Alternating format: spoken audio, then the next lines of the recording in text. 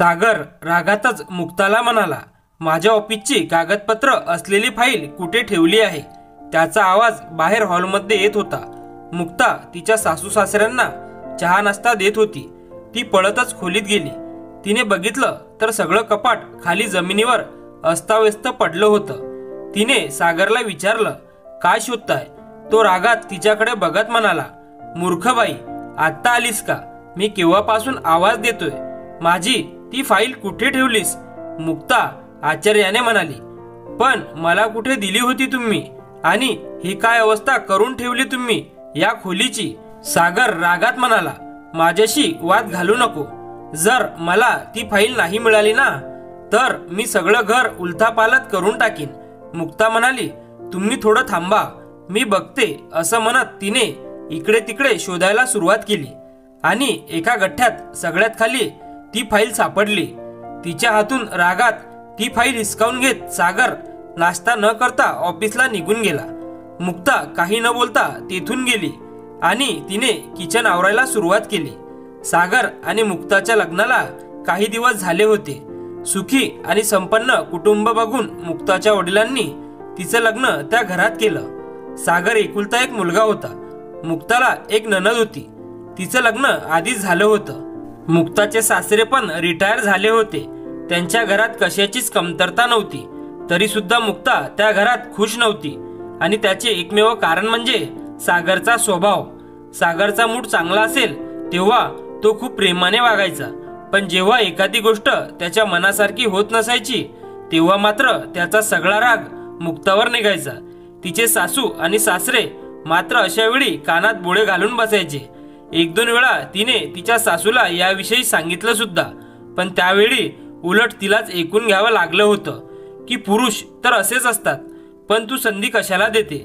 मुक्ताच्या शांत स्वभावामुळे आणि घरात उगाच कलह नको म्हणून ती गप्प बसायची. मुक्ता बेडवर पडून सकाळची घटना आठवत बसली होती. तेवढ्यात तिचा फोन वाजला. तिची इच्छा नव्हती तरी पण तिने मोबाईल बघितला तर तिच्या मैत्रिणीचा जयाचा फोन होता. आज तिच्या सगळ्यात जवळच्या मैत्रिणीचा फोन आला होता. तरी पण मुक्ताची इच्छा नव्हती की फोन उचलावा. काही वेळाने पुन्हा जयाचा फोन आला. काहीतरी महत्वाचं असेल म्हणून मग मुक्ताने फोन उचलला. दुसरीकडे कायम आनंदी असलेली जया होती. तिने विचारलं, कशी आहेस मुक्ता?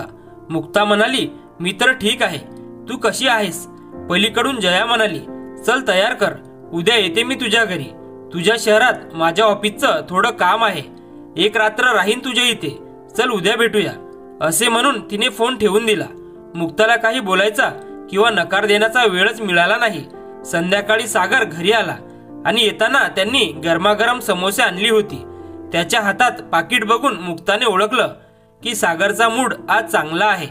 चहा नाश्ता झाल्यावर तिने जया येणार असल्याची गोष्ट घरात सगळ्यांना सांगितली. सागरचा मूड चांगला होता, त्यामुळे सागर पण मुक्ताची मैत्रीण येणार होती म्हणून खुश होता. सागर मुक्ताला म्हणाला, अरे वा, छान आहे की मग येऊ दे आणि तू पण थोडी आवरून बस. कितीही केलं तरी तुझ्या माहेरकडून पहिल्यांदाच कुणीतरी येतंय. हे ऐकून मुक्ताला थोडं बरं वाटलं आणि ती आनंदाने तिच्या मैत्रिणीची वाट बघू लागली. दुसऱ्या दिवशी जया आली. बोलका स्वभाव आणि बिनधास्त असल्यामुळे जया लगेच मुक्ताच्या सासू सासऱ्यांसोबत मिसळली. जेव्हा सागर घरी आला तेव्हा तो सुद्धा तिला नीटपणे भेटला. मुक्ता पण आनंदात होती. रात्री जेवणाची सगळी तयारी मुक्ताने केली. टेबलवर जेवण ठेवलं आणि ती सगळ्यांना वाढू लागली. जेवण वाढताना अचानक तिच्या हातून थोडीशी भाजी सागरच्या हातावर सांडली. सागर रागात तिला म्हणाला, तुला तर जेवण वाढायची पण अक्कल नाही, हात भाजलास की माझा? सागर तिच्याकडे रागाने बघत ओरडला. तशी मुक्ता खूप घाबरली, पण सागर जयाकडे बघून म्हणाला, ही मुक्ता तुमची मैत्रीण असेल असं कुठल्याच अँगलने वाटत नाही. तुम्ही बघा किती स्मार्ट आणि आधुनिक, आणि हिला बघा, हिला तर जेवण वाढायची पण साधी अक्कल नाही. एकीकडे जयाला मुक्ताच्या नवऱ्याचं हे असलं सांगणं बघून आश्चर्य वाटलं, तर दुसरीकडे आपल्या मैत्रिणीसमोर अपमान झाल्यामुळे मुक्ताच्या डोळ्यात पाणी आलं होतं. सागरला काही उत्तर न देता जयाने मनात नसताना देखील कसं बसं जेवण उरकलं आणि प्रवासाने कंटाळा आला असंच कारण सांगून ती झोपायला गेली. रात्री झोपताना जयाच्या खोलीत पिण्यासाठी पाण्याची बाटली ठेवायला मुक्ता आली तशी जयाने तिला मिठी मारली। आपल्या मैत्रिणीच्या मिठीत येताच मुक्ताला राहावलं नाही आणि ती हमसून हमसून रडू लागली। जया तिला म्हणाली की तू एवढं सगळं का सहन करत आहेस? तू तर शिकली सावरलेली आहेस, मग चुकीच्या गोष्टीला विरोध कर आणि स्वतःच्या हक्कासाठी आणि आत्मसन्मानासाठी लढायला शिक। मुक्ता म्हणाली, जया हे बोलायला एवढं सोपं आहे, तेवढंच करायला अवघड। जया म्हणाली, काही अवघड नाही मुक्ता, फक्त हिम्मत पाहिजे, चुकीला चूक म्हणायला आणि बरोबरला बरोबर म्हणायला। जयाला काही उत्तर न देता मुक्ता त्या खोलीतून बाहेर आली। दुसऱ्या दिवशी सकाळी मुक्ताला पण जायचं होतं। सगळेजण नाश्ता करण्यासाठी डायनिंग टेबलवर बसले होते, फक्त मुक्ता एकटीच पराठे बनवत होती। त्यामुळे मग जया तिला मदत करायला जाणार होती, पण मुक्ताच्या सासूनं असं सांगून थांबवलं की 4 माणसासाठी पण एकटी पराठे बनवू शकत नाही का? तेवढ्यात सागर म्हणाला, मुक्ता हात जरा लवकर चालव, झोपली की काय किचन मध्ये? आणि विसरू नकोस की जयाला जायचं आहे आज, कधीतरी काम फास्ट करत जा की। आपल्या मैत्रिणीचा होत असलेला अपमान बघून आता मात्र जयाच्या सहनशक्तीचा अंत झाला आणि ती हे विसरली की ती आता तिच्या मैत्रिणीच्या सासरी आहे। जया म्हणाली, हे असं काय बोलताय तुम्ही आणि कसली माणसं आहात तुम्ही? सागर, तुम्हाला तर एवढे सुद्धा समजत नाही की मुक्ता बायको आहे तुमची, नौकर नाही। मी तर म्हणते असं कोणी आपल्या नौकराशी सुद्धा बोलत नाही। माझ्या समोर तुम्ही सगळे लोक तिच्याशी असं वागता, तर मग माझ्या मागे तुम्ही तिच्याशी कसं वागत असाल? पलीकडून मुक्ता म्हणाली, गप्प बस जया। पण रागात असलेली जया काही गप्प बसणार नव्हती। ती पुन्हा म्हणाली, मी का गप्प बसू मुक्ता? तेवढ्यात मुक्ताच्या बोलण्याचा राग आलेली मुक्ताची सासू तिला रागवत म्हणाली, असली मैत्रीण बनवतेस का तू? हिला तर जरा सुद्धा आदर आणि संस्कार नाहीत। नीट समजावून सांग तुझ्या मैत्रिणीला की ती पाहुणी आहे इथे आणि पाहुण्यांनी दुसऱ्यांच्या घरातल्या भानगडीत बोलायचं नसतं। जया म्हणाली, आदर आणि संस्कार माझ्यात आहेत, म्हणून तर कालपासून मी गप्प होते। जर का दुसऱ्याचा आदर करायचा शिकवायचा असेल तर तो तुमच्या मुलाला शिकवा, मला नाही। कारण त्याला एवढे सुद्धा कळत नाही की आपल्या बायकोशी कसं वागायचं असतं। आणि तुम्ही सगळेजण नीट कान उघडे ठेवू नये का?